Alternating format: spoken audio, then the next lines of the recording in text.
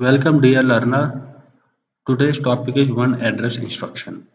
पिछले वीडियो में मैंने डिस्कस किया था जीरो एड्रेस इंस्ट्रक्शन में, जहां हम कोई भी एड्रेस फील्ड यूज नहीं करते जीरो इंस्ट्रक्शन में, जैसे कि ऐड, मल्टीप्लिकेशन। तो इस केस में हमने कोई भी एड्रेस फील्ड यूज नहीं किया था।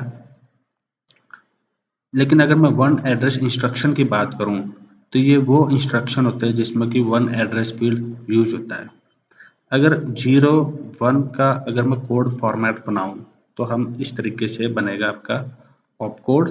सिर्फ ऑपरेशन हमने डिफाइन किया था ऐड, सब्ट्रैक्ट या मल्टीप्लिकेशन, लेकिन वन एड्रेस इंस्ट्रक्शन में हमें क्या करना पड़ता है, op code and address field use करना होता है।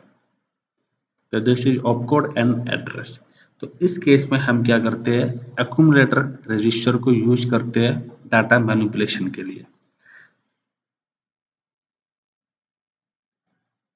तो ये एक्सप्रेशन है, हम क्या इसको इवेल्युएट करेंगे। तो ये प्रोग्राम बनाया हुआ है। तो सबसे पहले हम ये देखेंगे कि जो ए की वैल्यू है, हम एक मेमोरी यहाँ पर बना देता हूँ।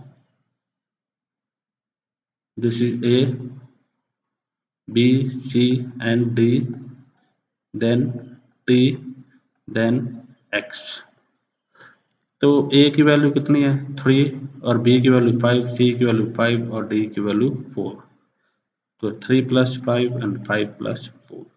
तो सबसे पहले हम वन एड्रेस इंस्ट्रक्शन में क्या करते हैं, लोड करते हैं। लोड का मतलब होता है data transfer from memory to accumulator. तो ये क्या है, एक्यूमुलेटर है। तो मेमोरी लोकेशन में हम क्या कर रहे हैं, यहाँ जो वैल्यू है उसको हमने डाटा ट्रांसफर किया कहाँ पर, एक्यूमुलेटर में। तो एक्यूमुलेटर में कितना आया, 3 आया।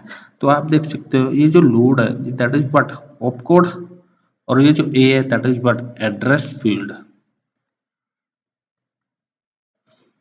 तो आप देख सकते हो ये ऑपकोड यानी operation address field, opcode address field, opcode address field, again operation, again operation, again operation.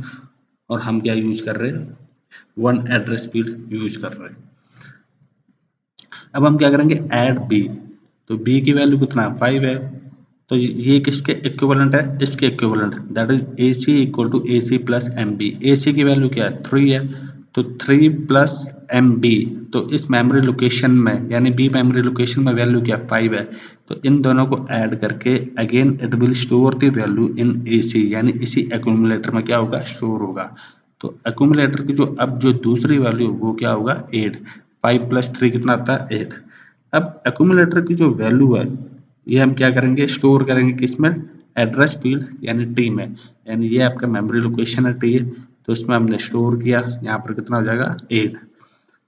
तो this is A C to memory. तो स्टोर क्या आता है, data transfer from accumulator to, that is from register to memory.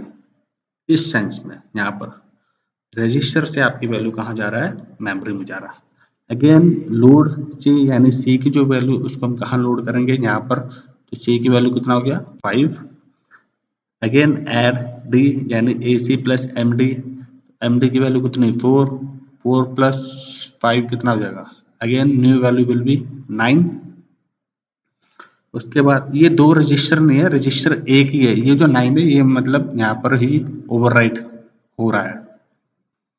उसके बाद multiplication, that is A C multiplication T. तो T की value कितनी, 8 है, और ए सी की वैल्यू कितनी, 9 है। तो 9 × 8 कितना हो गया, 72। अब जो वैल्यू है ए सी की वैल्यू, उसको हम कहाँ स्टोर करेंगे, एक्स मेमोरी लोकेशन में।